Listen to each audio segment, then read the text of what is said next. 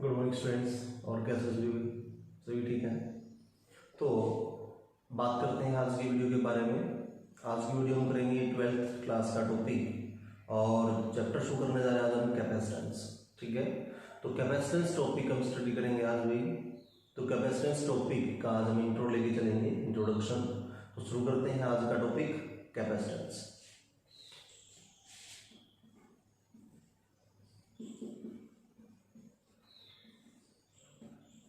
Capacitance, ठीक है भाई, काफी इंपॉर्टेंट चैप्टर है।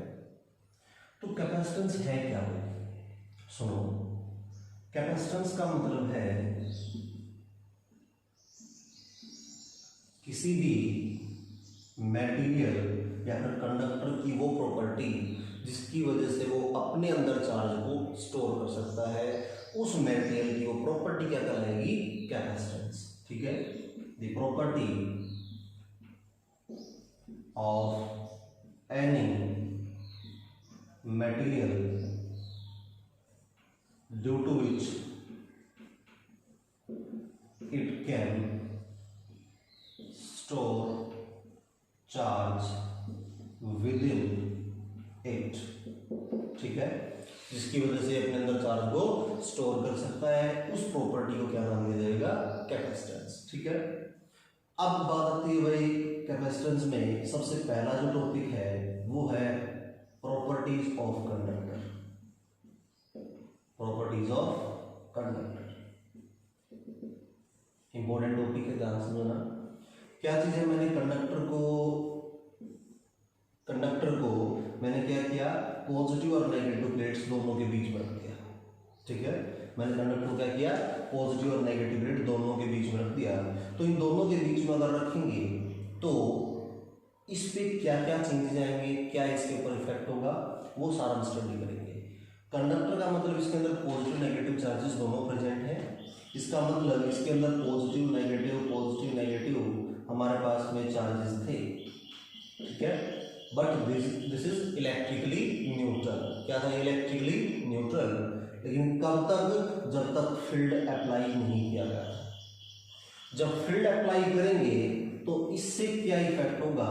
इसका जितना भी चार्ज था वो सारा का सारा चार्ज क्या होगा? आउटर सरफेस पे शिफ्ट हो जाएगा। और आउटर सरफेस पे शिफ्ट हो जाएगा, आउटर सरफेस पे अगर शिफ्ट हो जाएगा तो इस तरफ कौन चार्ज आएगा? Minus charge. इस तरफ कौन चार्ज आएगा? प्लस का चार्ज। ठीक है, तो पहली प्रॉपर्टी हमारे पास क्या बनेगी भाई? whenever a conductor is placed inside electric field, then its whole charge will shift on its outer surface. So we can say charge inside conductor will become 0. So charge की वैल्यू inside conductor कितनी बन जाएगी? 0। ठीक हो गया? Clear है बात? पहली प्रॉपर्टी क्लियर है कि जब किसी भी कंडक्टर को इलेक्ट्रिक फील्ड में रखेंगे तो सारा चार्ज जो है आउटर सरफेस पे शिफ्ट हो जाएगा। और इसका मीनिंग क्या है कि इनसाइड जो चार्ज है कितनी बन जाएगी? 0 बन जाएगी। सेकंड बात पे आते हैं भाई कि अगर इनसाइड चार्ज 0 है तो इनसाइड इलेक्ट्रिक फील्ड भी तो 0 बनेगा। इनसाइड ऑफ कंडक्टर, ठीक है, इलेक्ट्रिक फील्ड भी क्या होगा? 0। क्लियर है? थर्ड प्रॉपर्टी हमारे पास आती है भाई कि इलेक्ट्रिक फील्ड बेशक से 0 हो बट पोटेंशियल जो है कांस्टेंट होगा। हम लोगों ने रिलेशन किया था इलेक्ट्रिक फील्ड और पोटेंशियल दोनों के बीच में, जो कि रिलेशन था E इक्वल टू माइनस का dV upon dr। Equal to minus का dV अपॉन dr। अगर E 0 बन जाएगा, if E is equal to 0 then minus का dV upon dr this is also 0। और इसका मीनिंग क्या है? Decrement in potential is 0। जबकि पोटेंशियल में जो डिक्रीजमेंट है वो अगर 0 होगा तो इसका मतलब पोटेंशियल की वैल्यू जो है वो कांस्टेंट हो जाएगी। ठीक है, तो पोटेंशियल बन जाएगा कांस्टेंट। ठीक हो गया? क्लियर है बात? नेक्स्ट प्रॉपर्टी क्या आते हैं भाई कि जो चार्ज हम इसको दे रहे हैं, जो चार्ज हम इसको दे रहे हैं, किसको? आउटर सरफेस पे जो चार्ज आ रहा है, अब वो जो चार्ज है उसकी चार्ज डेंसिटी जरूरी नहीं है कि यूनिफॉर्म हो। वो डिपेंड करेगा कि जो फील्ड अप्लाई किया है वो अगर यूनिफॉर्म है तो इस पे चार्ज डेंसिटी क्या होगी? यूनिफॉर्म होगी। इसका मतलब charge density on surface of conductor में और मे नॉट बी जीरो, मे और मे नॉट बी जीरो। ठीक हो गया भाई। फिफ्थ प्रॉपर्टी हमारे पास भाई कि जो चार्ज डेंसिटी होगी वो सिग्मा होगी। अगर मान लेते हैं सपोज यूनिफॉर्म है, और सपोज अगर यूनिफॉर्म है तो चार्ज डेंसिटी सिग्मा है, और सिग्मा अगर है तो इसका मीनिंग क्या होगा भाई?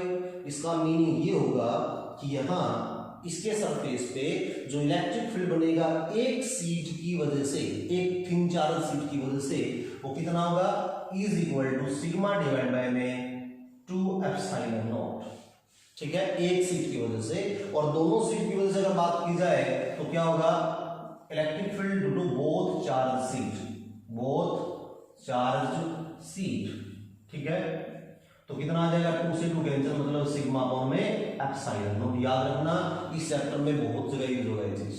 ठीक है, नेक्स्ट हमारे पास में है जो इलेक्ट्रिक फील्ड लाइंस है वो क्या होती है? पॉजिटिव से नेगेटिव की तरफ होती है। ठीक हो गया, क्लियर है? तो इलेक्ट्रिक फील्ड लाइंस जो है, जो हमने अप्लाई किया फील्ड, उसकी वजह से जो फील्ड लाइंस बनेंगी वो क्या होंगी? Normal to the surface of conductor. This is very very important property. Electric field lines will be always perpendicular to surface of conductor। ठीक हो गया भाई। नेक्स्ट प्रॉपर्टी भाई, अब एक चीज देखो, हमने पॉजिटिव से नेगेटिव एक फील्ड अप्लाई किया, दिस इज ई नॉट, और इस पॉजिटिव से नेगेटिव जो एक सीट ये बनी है उसकी वजह से एक फील्ड बना जिसको नाम दे दिया ईपी, इंड्यूस फील्ड। ठीक है, तो ईपी और ई नोट दोनों ही क्या है? अपोजिट डायरेक्शन में है, तो रिजल्टेंट जो फील्ड होगा वो हमारे पास किसके बराबर होगा? ई नोट माइनस का EP is equal to resultant field. बात आ गई। ऐसा क्यों? क्योंकि अप्लाइड फील्ड जो है और इंड्यूस फील्ड दोनों अपोजिट डायरेक्शन में है, और अप्लाइड फील्ड की जो अमाउंट है वो ज्यादा है then that of induce field. That's why resultant field हमारे पास क्या आएगा? ई नोट माइनस का ईपी के बराबर। क्लियर है बात? कोई तकलीफ नहीं है? पक्का याद करना आज में भी। Okay, thank you very much.